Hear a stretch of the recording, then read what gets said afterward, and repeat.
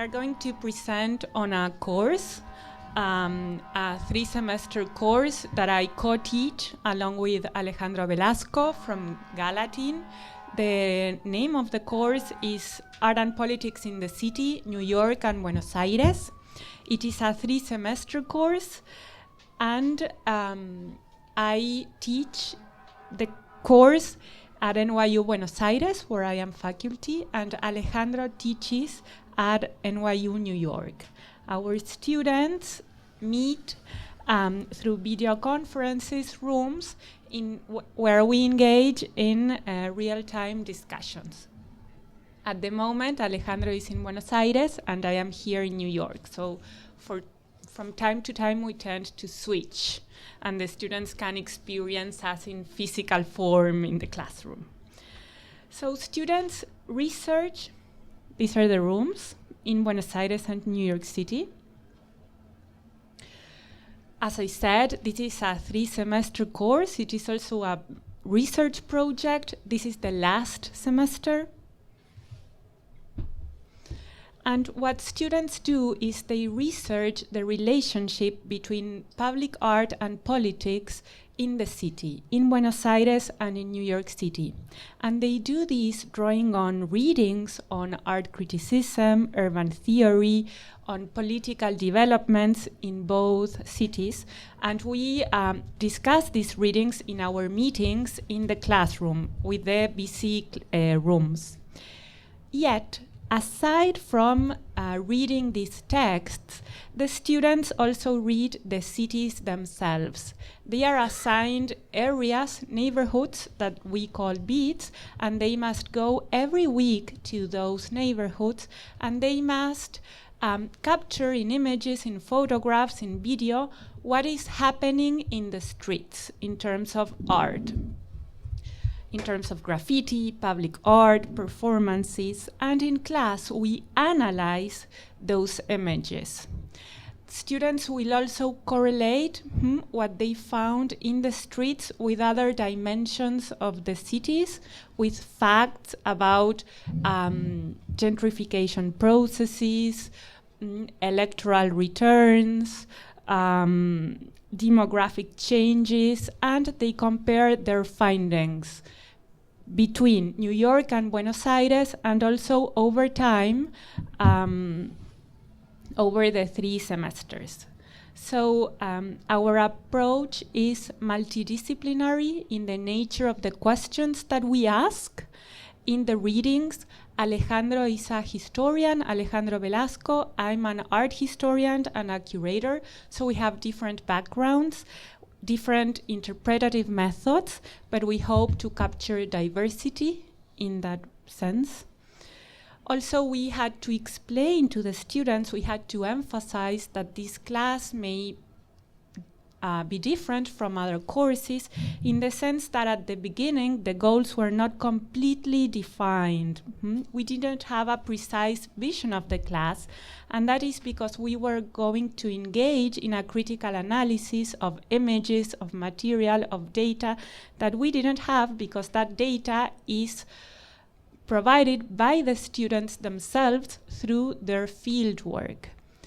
This implies openness, and this may imply tension, but we hoped it would be a productive tension, and that would speak about the intellectual vitality of the project. So in order to implement this class, several pieces of technology had to come together, and we also worked with an amazing team that is part of the class and that Andrew will introduce. Okay, so as Florencia said, I was one of a few people at NYU Global Learning and other ed tech designers who helped come up with the support for this class. And Jenny Kajewski and Lillian Moran were a couple of those people, if you know or worked with them. It basically, as Florencia said, the class was an iteration that evolved over the course of a few semesters. And right now we're at a place where the data is being collected via an app called Fulcrum. And this is a couple screenshots of what this looks like. Basically, It's a survey that was designed in collaboration with Alejandro and Florencia that invites students to go out to a particular place in the city, find a picture of graffiti, take a picture of it, and entered some free-form and structured data that is then synced on a database, and then it can be viewed in real time even as they're out in the city. We definitely have had more difficulties in Buenos Aires than we have in New York in terms of just the strength of the internet connection and signal there. So how this works is they can access this on their phones, they enter data, and then that data is synced either live through their cell phone connection or when they re-enter a Wi-Fi zone. That data is then synced into a data set that's displayed on CartoDB, which we can take a look at in a second. And then you can see, as I mentioned before, when we first started this, we were doing this data collection via Open Data Kit, ODK, which is basically manifest in the bottom in a Google Fusion table.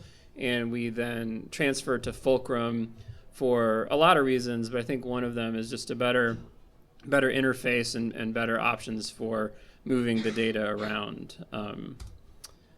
As Florencia said, I think the goal here is for students to collect data and then to juxtapose their own spatial data with existing socio-demographic and economic data from various sources. So I've been working with Alejandro and Florencia to collect relevant spatial data that students can import and make maps of their own. So we've taken data from public sources in Argentina and here in New York, things like election data, simple population and economic demographics, data from 311, complaints of graffiti. So students can make maps and they can say, where are there clusters of graffiti that we've noticed versus places where citizens of New York have called in complaints for graffiti. Do we see any correlations?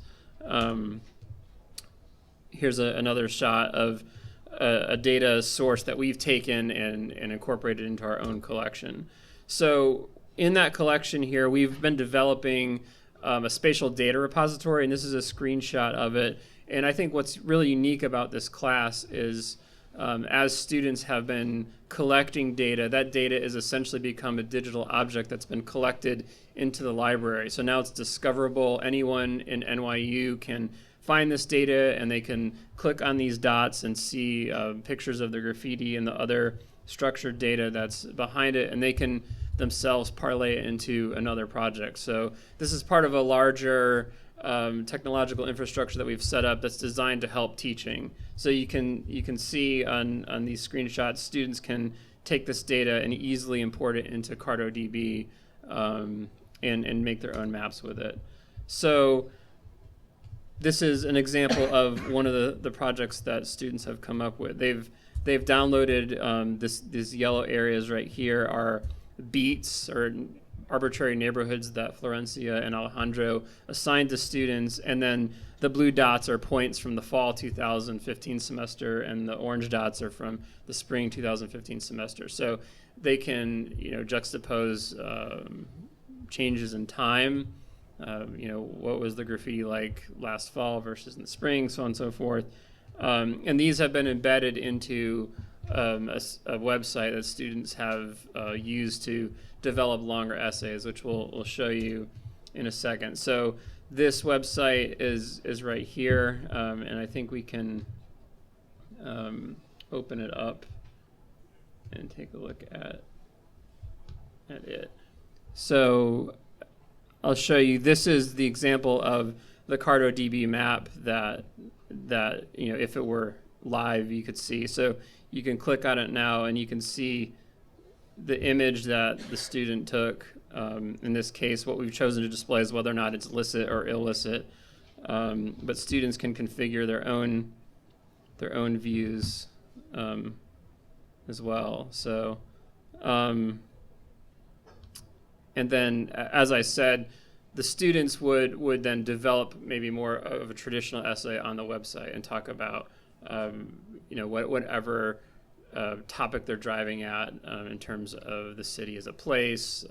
I've seen a lot of really interesting discussions in the class on the tension between public space and private space, and what installing art or even graffiti does to disrupt or call into question some of those tensions that we see in the city. So I think it's been a really successful collaboration. I don't know if you wanted to add anything about from your end. Simply that this technology help us to think and to analyze major issues of public life. We've gone through presidential elections in Argentina, so it has been very interesting to see what has happened in the streets. How did the streets in the city got involved with politics or not? Now we are going through an election also here in New York, so this allows the students a very interesting comparison among the cities and also among time, and to relate actual life, what they see in the cities, with historical, theoretical problems. So that's our project. Thank you. Good morning, everyone. It's a pleasure to be here, representing to talk about the various digital projects at the Hemispheric Institute with my colleagues. Thank you for the invitation. Thank you for organizing this showcase. I think it's important that we gather and share ideas and see what we're all up to. There's so much replication in some sense that can happen, and we're not always aware of what our colleagues are doing down the hall or a couple of buildings away, and it's always nice to sort of recognize that. So I'm going to give a more general picture of the Hemispheric Institute's work around the digital and digital technologies, and then my colleagues will get to more specifics. The Hemispheric Institute of Performance and Politics is a network that spans the Americas in their entirety, from Canada to Argentina and everywhere in between. And we bring together institutions, individuals, cultural centers that all have an interest in the intersection of performance. And by performance, we mean broadly embodied practice. So think theater, think performance art, think ritual, think occupations of public space, political protest. So performance and politics.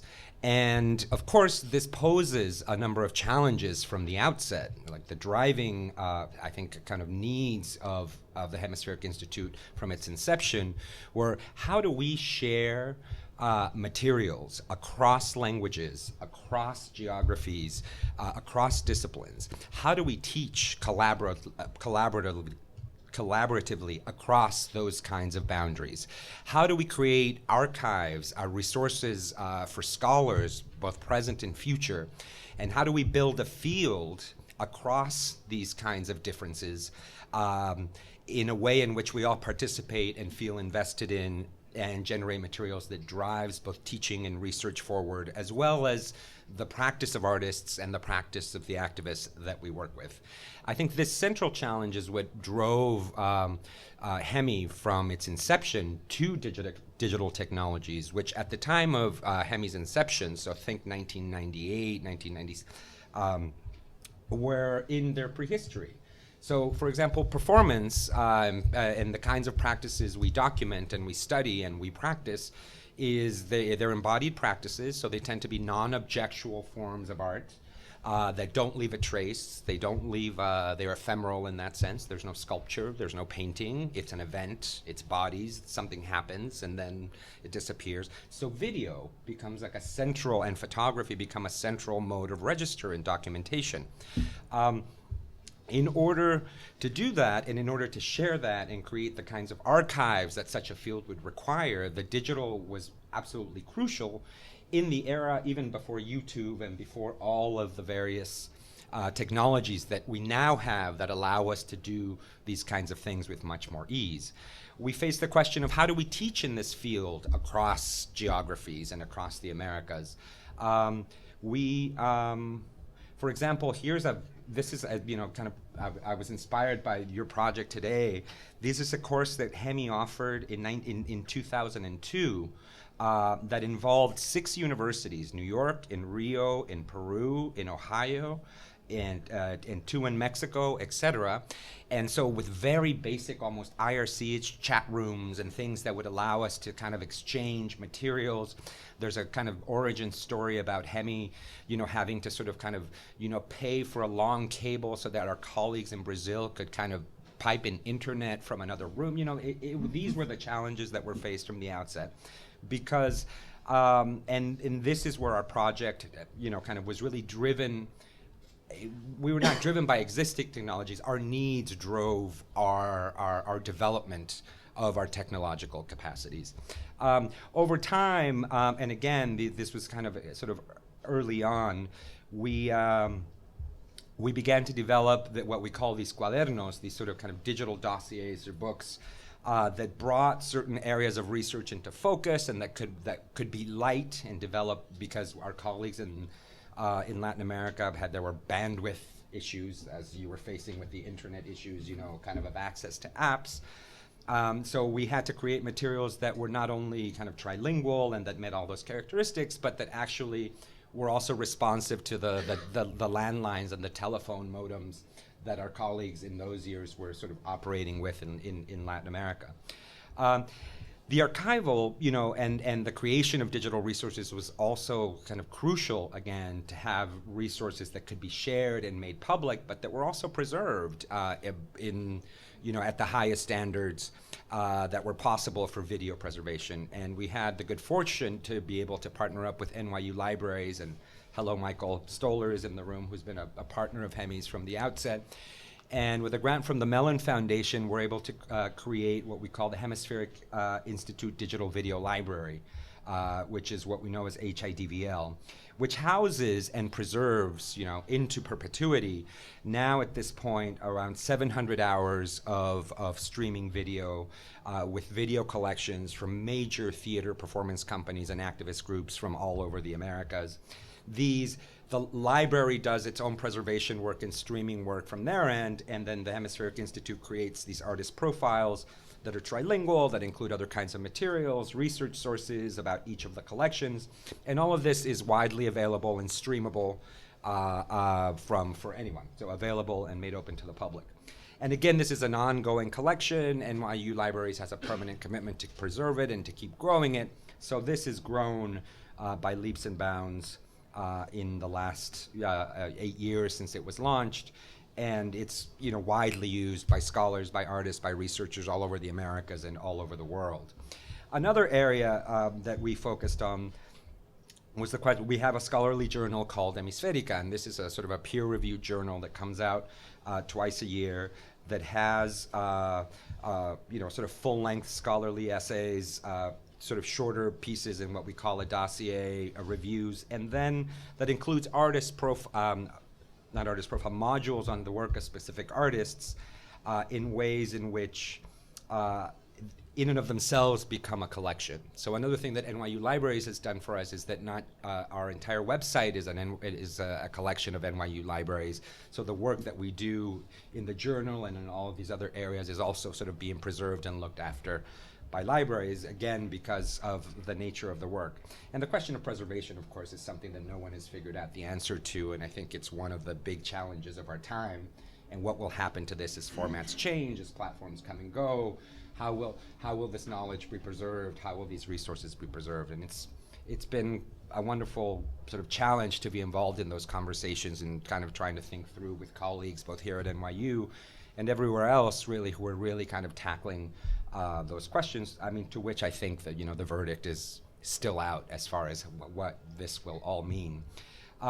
This, in a sense, and this is where I'll end, because this is where I think my colleagues will what they will focus on, has led us really to sort of the latest iteration of how we're kind of packaging kind of Hemi's work with the digital is this idea of Hemi Press, which is our editorial imprint under which we're housing the journal, under which we're housing a variety of publications. And Hemi Press is based on a couple of publishing platforms, digital publication platforms. One is Scalar, that was developed in conjunction with USC and a Mellon Foundation funded project with Alexei has worked a lot on. And then we ourselves with Tome, with Alexei and other colleagues have developed our own sort of WordPress-based publications platform called Tome, which they will talk about tomorrow, to create a permanent capacity for scholarly publication and artistic publication in this field, something that's lightweight and intuitive, something that can kind of do all those kind of move across boundaries linguistically, kind of geographically, in terms of disciplines, in a way that our colleagues can take advantage of it and really kind of take us to increase our capacity to really create scholarship, to generate resources, to share those resources, and to be able to teach across geographies and languages using basically what we've built thus far, and also kind of continuing to build those resources to continue enriching our field. So that's my story. Now I'll hand it over to my colleagues. Actually, when you were talking about the Quadernos and about the bandwidth, that was my first introduction to working with Hemi, because I was the tech guy that was like, we've got all these videos and we're trying to like work with them through our counterparts down in Mexico, just make these videos work so that they can see them.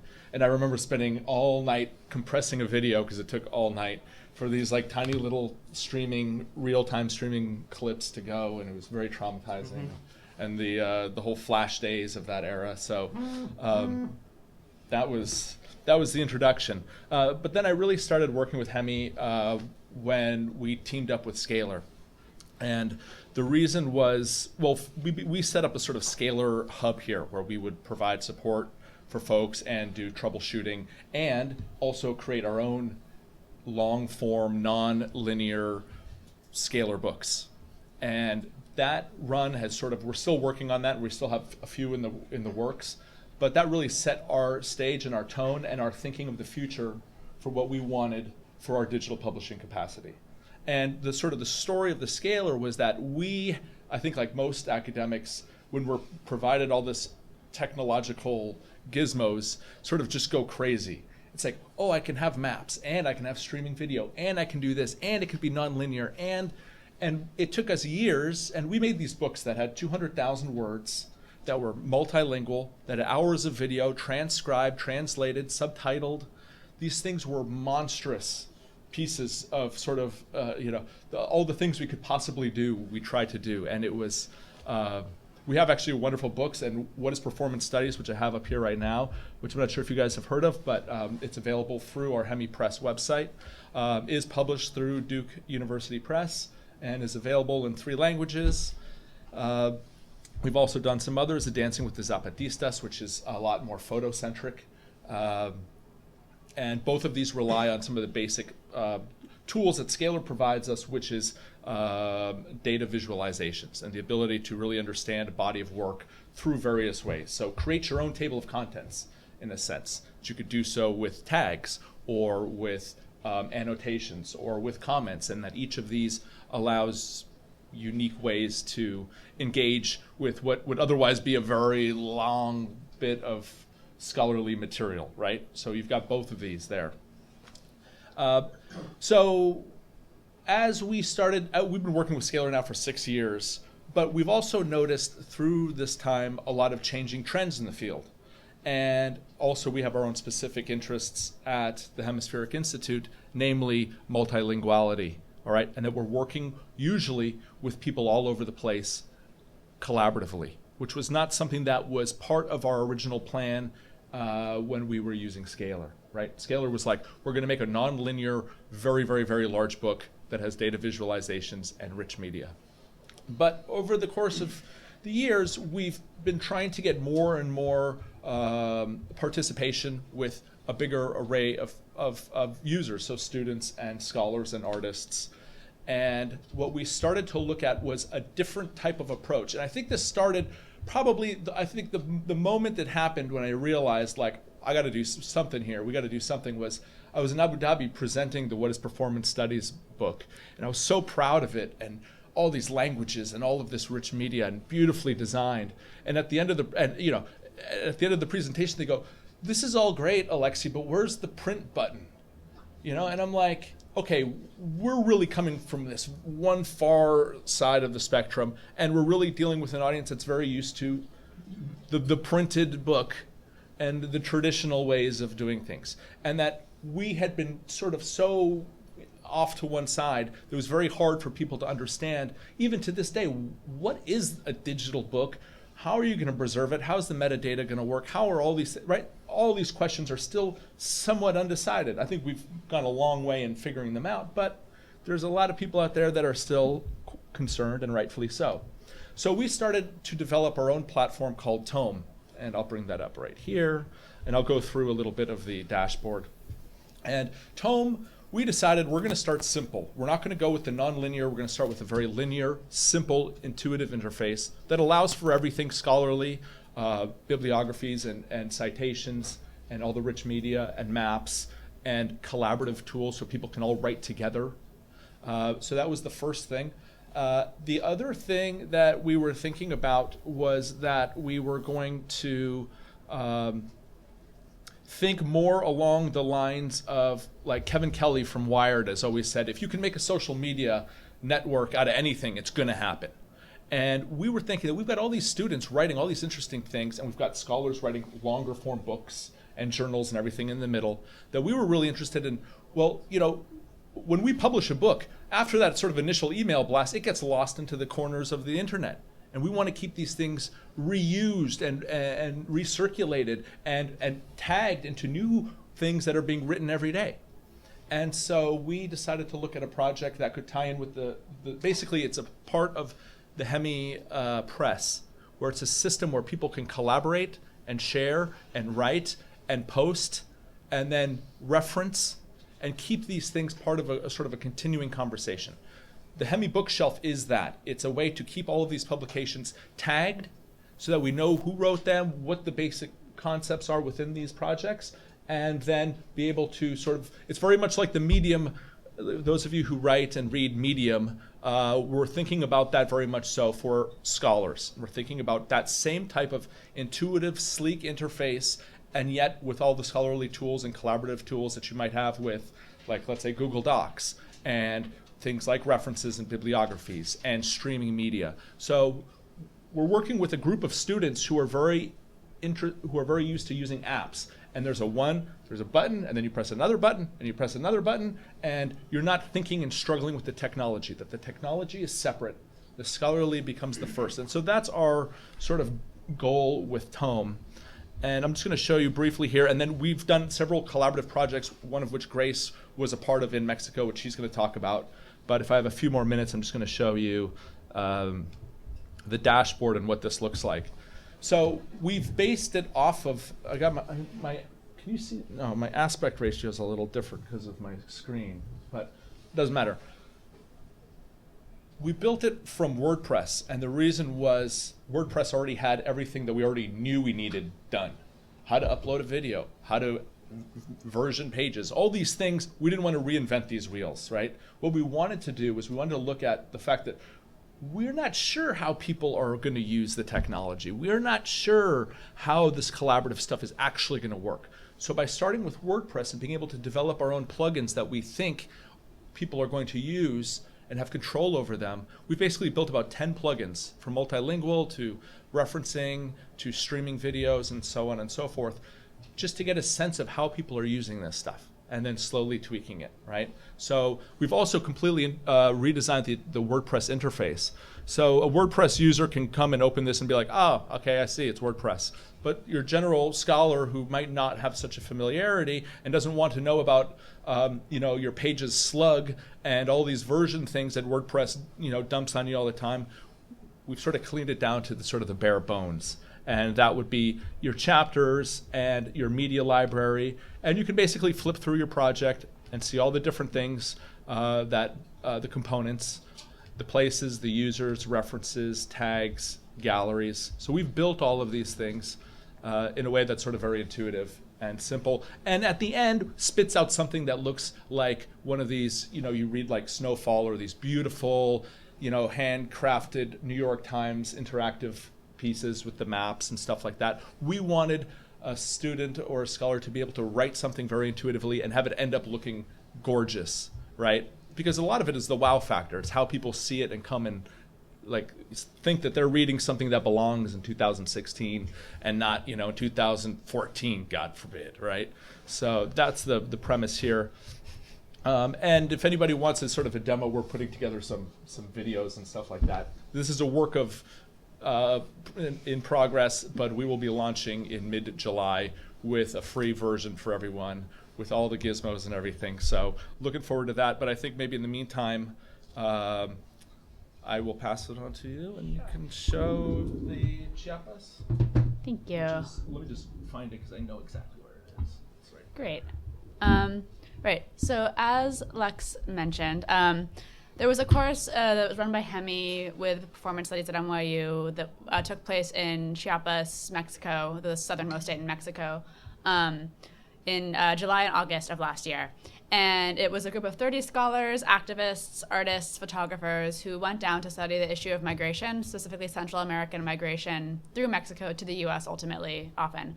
And it was a sort of 3-part course. The first week we were in the classroom. Oh, I'll go through quickly. The first week we were in the classroom, sort of learning about these issues in a sort of traditional pedagogical way. The second week we went on a bus down to the Guatemalan border and visited migrant shelters, talked to migrants, talked to people who worked with them.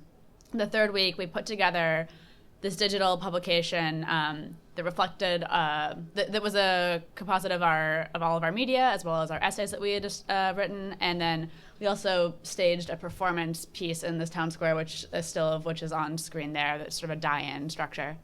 But so Tom allowed us to both have this thing to show people and to have it be very media rich. So we have not just our essays, but also maps, photos, videos.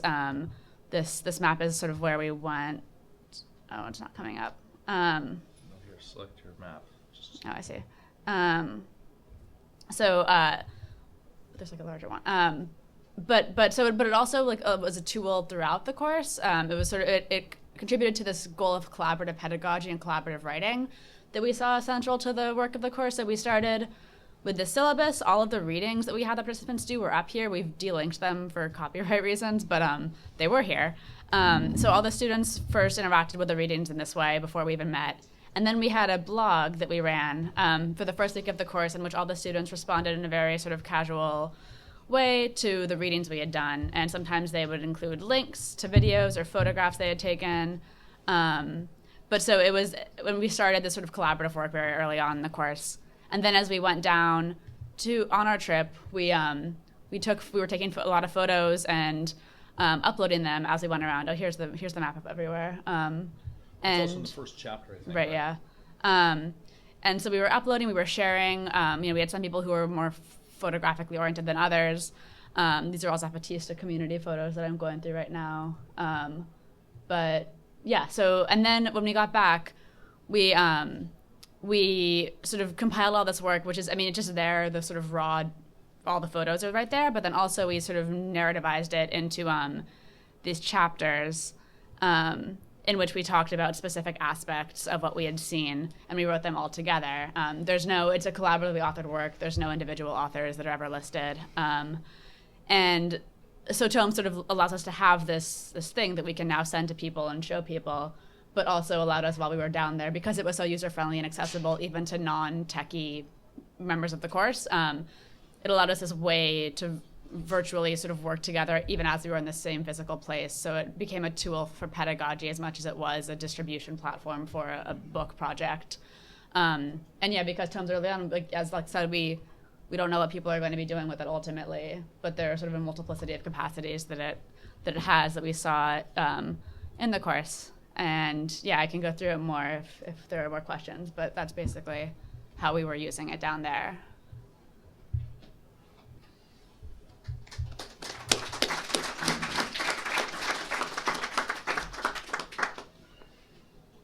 Excellent. Thank you all very much for your presentations. This is great to see, even within this realm of art and politics, just the breadth of the different sorts of projects that are going on. I think it really ties in with the first presentation of just showing that DH at NYU encompasses so many of these different things of pedagogical and research and tying in with, you know, GIS and these other sorts of projects and digital archives. I think it's great to see how much of this is going on here.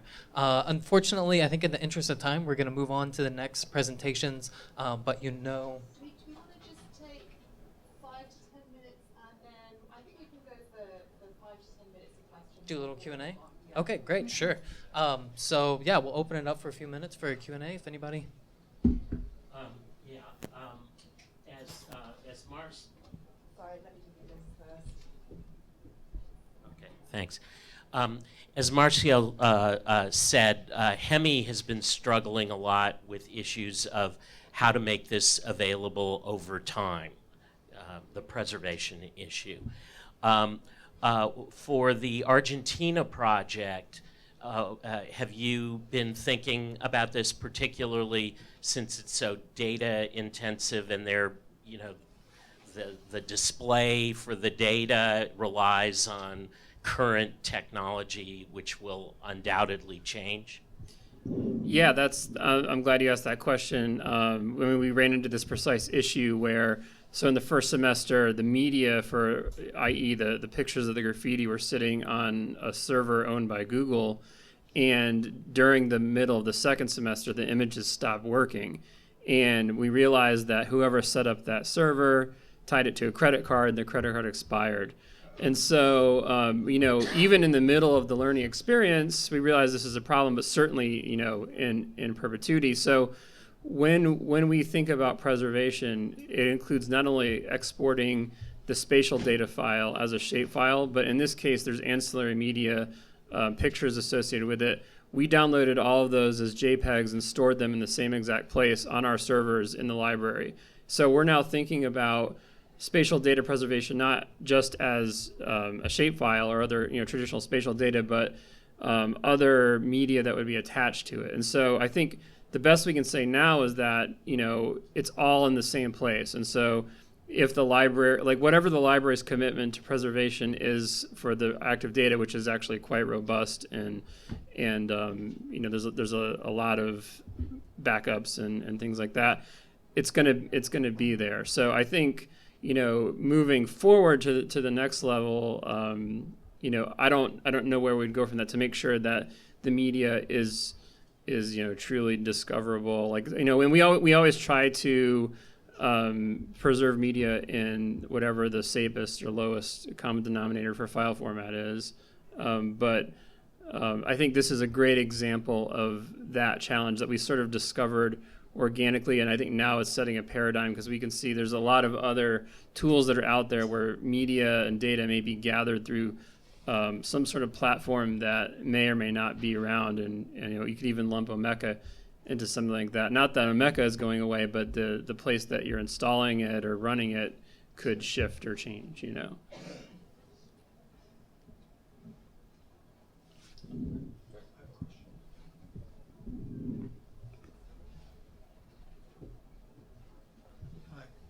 Graffiti is a whole field in itself, the history of it. I'm curious as to whether, when it got out that there is a program recording graffiti and the explosion of media access, any phone, was there any kind of feedback as to why the graffiti was being done? And was it possible that they were doing it because they knew that people were going to go around and pick it up? So it was a question of a selfie kind of thing. In other words, the psychology of that. And how did that affect your data base? Quite honestly, I don't think that graffiti artists are aware that we are doing this. So I don't think they are responding to us in a conscious way. This is a small project. It's 20 students per semester. It's undergrads. So I don't think the mouth-to-mouth word is so huge as to have the writers themselves responding to the project, but who knows? I have no certainty about that. Yeah, I would say, like, one thing that I have seen in the class is the students are becoming aware of that interplay between the graffiti artists themselves. So like one of the advantages of setting up the maps the way we did is that they can carry around in their phone a stable link to the Cardo map. And as they go to a place, say like the corner of Christie and Houston, and they see something, the first thing they can do is check their phone to see if a student from an earlier semester or even earlier that same semester had recorded their graffiti in that spot. And oftentimes what they'll notice is that it's the same piece, but it's been altered or defaced or changed in some way, shape, or form. And so there's a place on their data entry form for them to mark that as newer updates. So then over the course of 3 semesters now, we can facet, okay, what are the pieces that have been updated, and then take a look at those and see if we can find patterns in the dynamics. And I think oftentimes it is that it's artists responding to each other, kind of a call and response sort of thing. That little strip behind Stern, facing I think third, is like constantly being painted and then painted back over by NYU and then repainted. So that's one space I know of that's kind of like a noted site of contest.